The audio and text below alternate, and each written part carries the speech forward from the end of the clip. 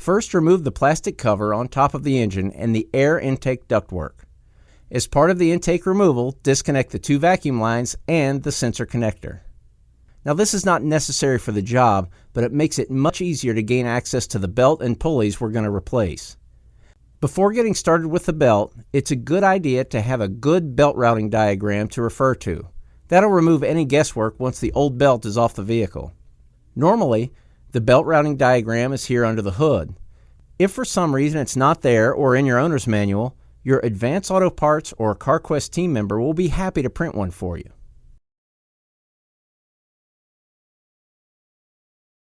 To remove the old belt, put the tensioner tool onto the belt tensioner. Pull the tool to the right to release the tension on the belt.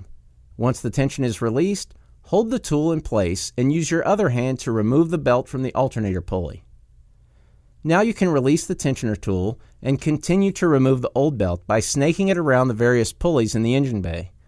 Take a look at this old belt. It was beginning to split, and it wouldn't have been long before we had a belt failure. We recommend changing the tensioner and idler pulleys to ensure proper tension and alignment on the new belt. To remove the idler pulley, simply remove the center bolt. Once the idler is off, move over to the tensioner. Remove the 3 mounting bolts and remove the tensioner pulley from the vehicle.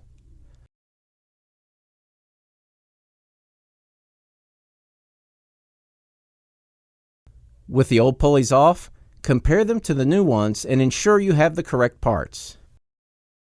Starting with the new tensioner pulley, put it into place, line up the holes, and insert the bolts. Once they're in place, tighten to the proper torque specifications.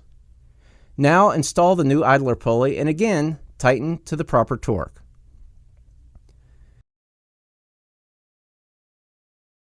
Begin snaking the new belt around the various pulleys as shown in the diagram. Once you have the belt loosely in place and around all of the pulleys except the alternator, put the tensioner tool onto the new tensioner pulley and release the tension. While holding the tool with the tension off the belt, place the belt over the alternator pulley. Before releasing the tensioner and allowing the belt to tighten, recheck to ensure the belt is routed properly and is seated well on each pulley.